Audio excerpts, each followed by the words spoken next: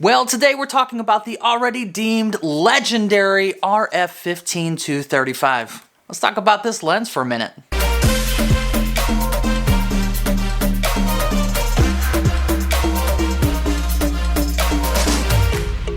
Well, hey, what's up? My name is Tony, and I'm a filmmaker photographer in the St. Louis area. I hope you are doing well.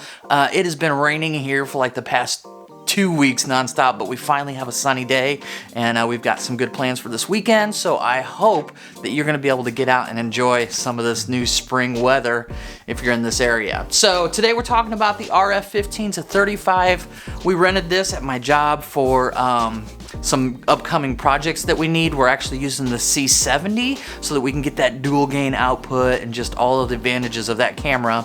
But the biggest problem with it is that it is a Super 35. So if you want a really wide shot, you have to have a really wide lens. And so we decided to rent this 15-35 to see how it works.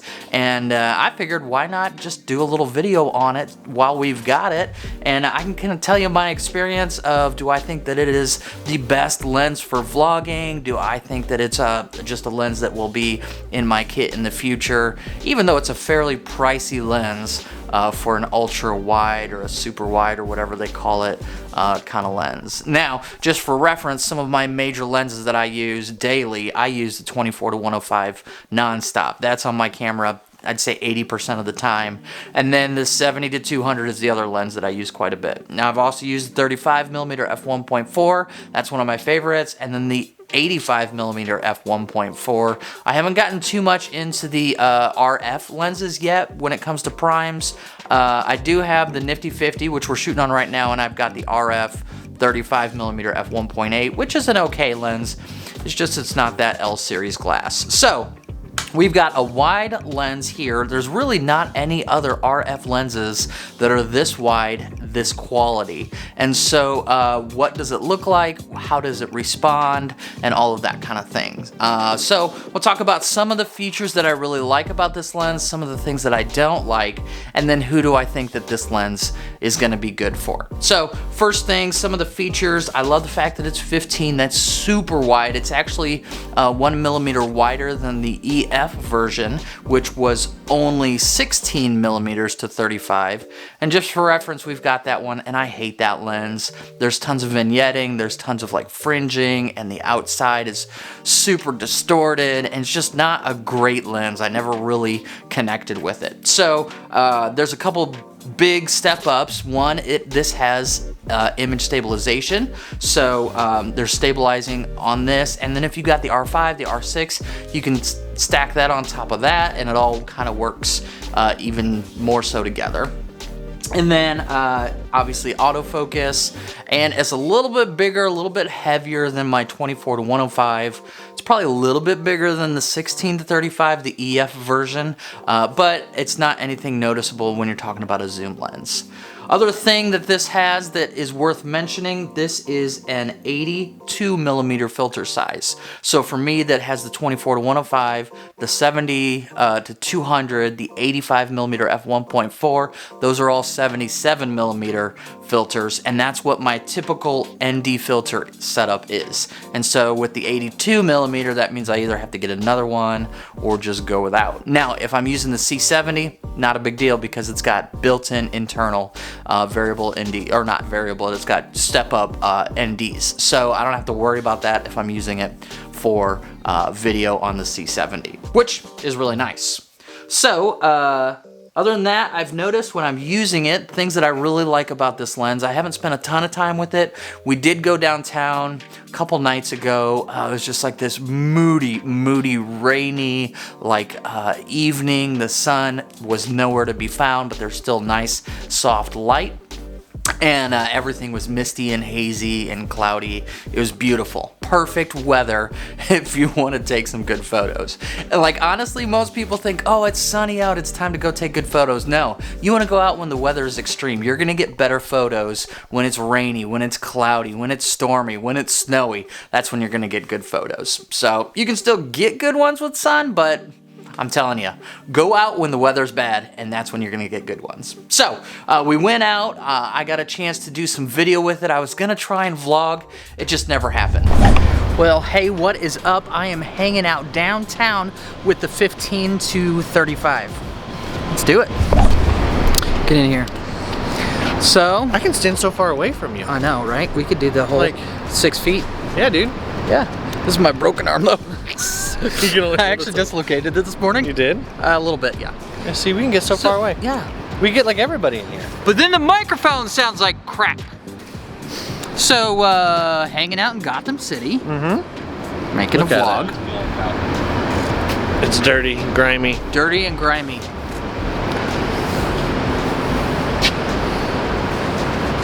And smells a little bit like pee, even though everything is so clean. But it did give me a chance to get some really good photos, super wide and just really just different than what I typically do. So that was kind of an interesting thing. Here's a couple photos that I have shot with this that really turned out pretty well. And overall, I did have a good experience with this lens. There's a lot of things that I liked much better in this lens than I do in the 16 to 35, but there's still some things that I just really don't like about it, and it's nothing against the 15 to 35. If you like that ultra wide look, it's a really beautiful lens. Like, you can still get good bokeh because you're an aperture of f2.8. Yeah, that's gonna be so close to my face. Yeah, bro, it's really good. It handles light fairly well, not as well as say the 35mm RF, because it's 1.8 and you know it just can let in more light, but it still does pretty decent compared to say the F4, the 24 to 105s, or the new 70 to 200. And you also have to remember, the wider that your lens is, the more light it's going to let in. So if you're shooting ultra wide at 15 at f2.8, that lets a lot of light into that camera. Whereas if you're shooting at 2.8 at 200mm, it's a much more like focused. Think of like a tunnel. Like a wide tunnel lets in more light than a very narrow tunnel. And so this lens does do really well in low light conditions. You know, just hanging out. Parking garage. It's your normal Wednesday. Don't worry about it. Shadow's kind of cool. So yeah, all that to said, the biggest thing that I didn't like about this is that it's just wide angle is just not for me. I struggled with it a lot, but I tried to keep it on my camera as much as I could, just to kind of like push through those challenges of doing something different. Rocking the tungsten life. Oh, that's still kind of ugly. I would say my favorite lens ever is the 85mm.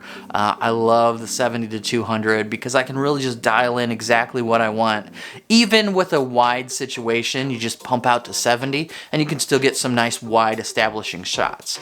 Well, this is a completely different style of photography and I kind of struggled with that. But that's not the lens's fault. That's me, and that's something that I was kind of working through and trying to recompose and think through how I shoot just differently. So that was kind of a fun little project, and if that's something that you kind of get stuck on, you know, make sure to try a completely different angle or focal length. If you're usually in that 85 to 200 range, like try and shoot way open, because you just can't rely on like that background separation and the depth. You just have to think differently. The other thing that really I didn't like, and I noticed it instantly, is the wobble is a real thing.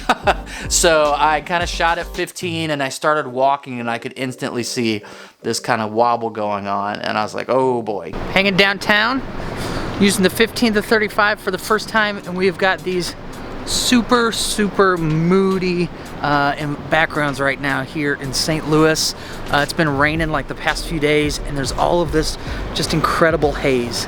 Just looks super cool. So yeah, so for a vlog camera, I don't know how they do it. I don't know if you just bump it up to 20 mil and not shoot so wide or what, but I've never really noticed that wobble, or at least not enough to really bother me on my 24 to 105 when I've been vlogging with that.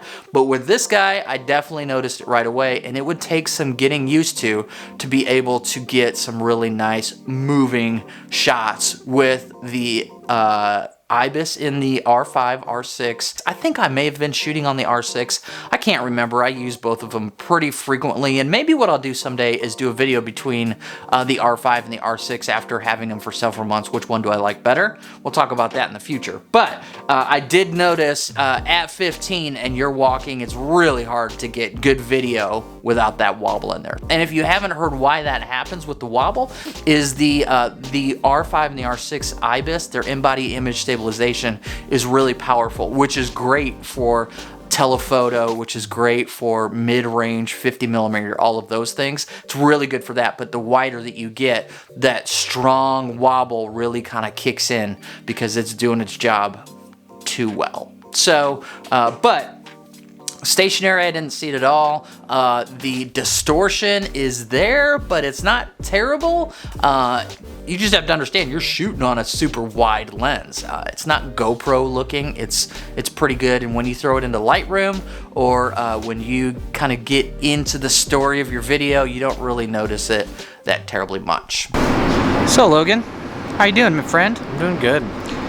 Yeah, just out doing stuff with my ancient EOS R. Oh, come on, that's a beautiful camera. It's great. I love it. But And in fact, a lot of my viewers actually still use the EOS R. I'm one of your viewers, so I know.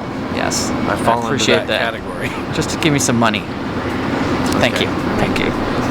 There you go. It's not about the money.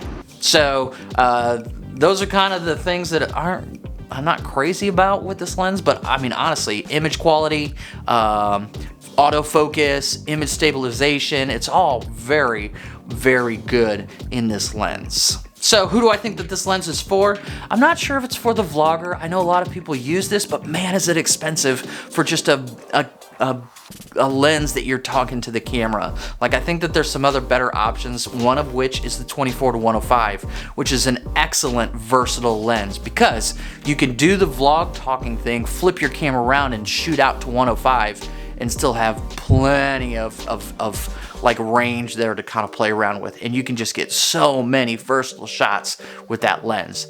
This one's good. It lets you get a little bit wider with that 15mm, but you really have to struggle with that wobble and making sure that your camera isn't getting all seasick. So I do think that this is a really great lens for landscape, for architecture, all of those types of shots on a gimbal. I bet it would be really good. You could get some really nice wide shots and then zoom into 35, which does give you a little bit of a play there for some standard looking shots. So overall, very good experience with this lens, and it is a beautiful lens with great quality. It's just I don't really like super wide angle. But that's something I'm gonna try and work on and try and get better at. So let me know if you've got any questions. I've got this lens for like 20 days along with the C70, and so we're gonna see some footage from Africa. I took the C70 to Africa, and then a couple other projects that I've been working on. So we're gonna get to that C70 soon, which is an incredible camera, but these two paired together I think are a really dynamite combination and pretty stinking expensive, to be honest. So it's not a bad day when I get to play with cool toys, which is pretty much every day. So let me know if you've got any questions about these lenses. Otherwise, hope you have a great weekend. We're gonna be doing some fun stuff, and maybe I'll take my camera with me. So hope to see you soon. If you haven't already, subscribe to the channel, like it, leave a comment, all of that YouTube stuff. See you later.